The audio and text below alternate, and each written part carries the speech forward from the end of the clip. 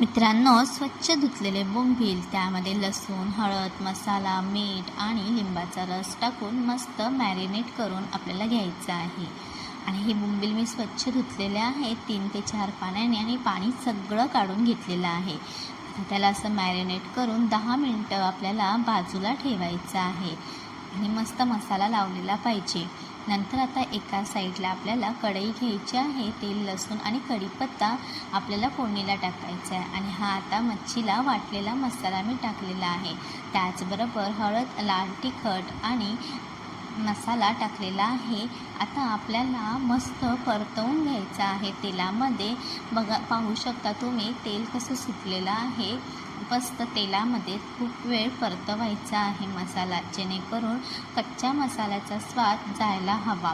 आणि त्याच्यानंतर मिक्सरमध्येच मी आता भांड्यामध्ये मिक्सरच्या पाणी घालून उरलेला मसालासुद्धा त्याच्यात टाकलेला आहे. आणि आता उकळी येईपर्यंत आपल्याला जेवढं आपल्याला पाणी हवं तेवढं आपण पाणी घालायचं आहे आणि उकळी यायची वाट बघायचं आहे. आता तुम्ही बघा, मी एवढं पाणी घातलेलं आहे. कमीत मी 1.5 ग्लास असं पाणी घातलेलं आहे. आता त्याच्यानंतर ही मच्छी मी सोडलेली आहे. सुरमईचे तुकडे आहेत, डोकं आहे आणि 2 तुकड्या आहेत आणि शेपटी आहे. असं मी सुरमईचे तुकडे आपल्या आमटीमध्ये सोडलेले आहेत. नंतर इथे मी मस्त अशी रवा लावून मच्छी फ्राय केलेली आहे आणि असं कुरकुरीत अशी मच्छी मी फ्राय केलेली होती.